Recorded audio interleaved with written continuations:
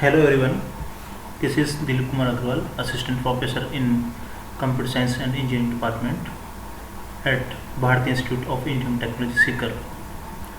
Today we will cover topic is Transmission Control Protocol that is runs in 4th semester CS and subject is Data Communication and Networks. So Transmission Control Protocol is a main important protocol of transport layer. This protocol continuously receives the data from the application layer and work with the transport layer. It divides the data into chunks where each chunk is a collection of bytes. Means TCP creates the data in the form of segments and attach these data with the TCP header. So we can say TCP segment is totally TCP header and add with the data chunk. So basically this is the main TCP header structure that will be discussed today. So this is 32-bit TCP header structure and these are the packet format. So we will try to cover these options one by one. So firstly we see first option is source port address, that is 16-bit address. It means this is a 16-bit field that defines the port number of the application program in the host that is sending in the segment. Means this serves the same purpose as the source port address in the UDP header. Next, destination port, that is again defines the port of the application program in the host that is receiving the segment. Next, that is sequence number. So it is 32-bit field that defines the number assigned to the first byte of the data contained in the segment. Means TCP is a stream transport protocol.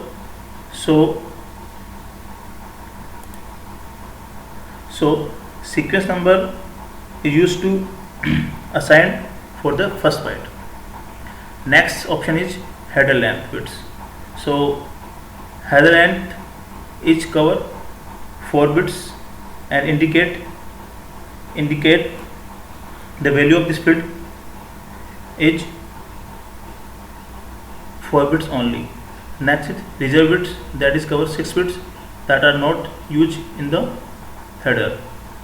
Next 6 bits are called control fields. So we will see one by one. First one, urgent field. This is used to value for urgent pointer field that will be used. Will we see in next fields and set by 1. Next is ACK. This is acknowledgement field that is used to value of acknowledgement field is valid or not. Next one, push field, that is used to push the data in the packet. Next one, reset field, that is used to reset the connection. Next one, synchronize, that is used to synchronize sequence number during the connection. And last field is finish, that is used to terminate the connection. Next field is the window size.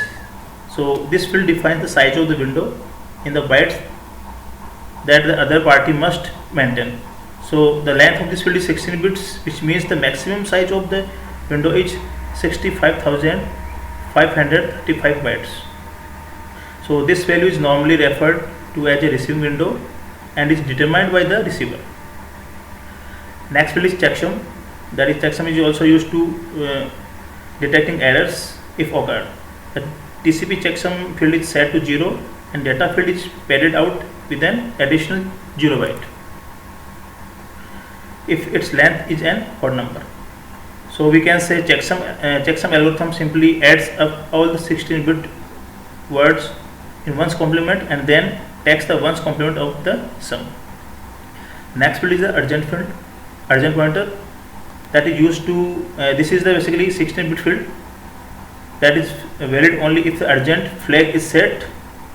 It is used to indicate the location of last byte of the urgent data.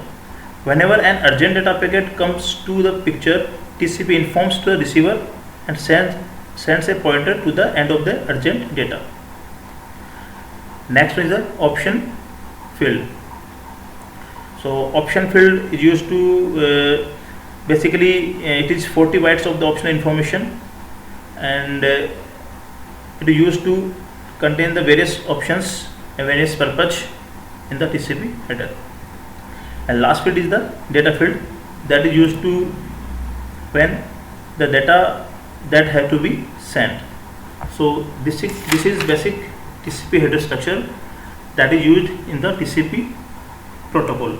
So TCP have another characteristics like TCP connections are point to point, means that each TCP connection has only two endpoints.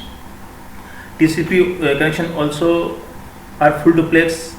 Full duplex means the traffic can go in both direction at the same time.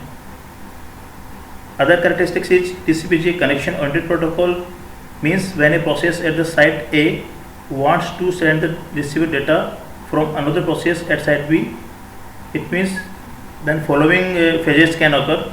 The two TCP establish a connection between them, data are exchanged in both directions, the connection is terminated, and any other options.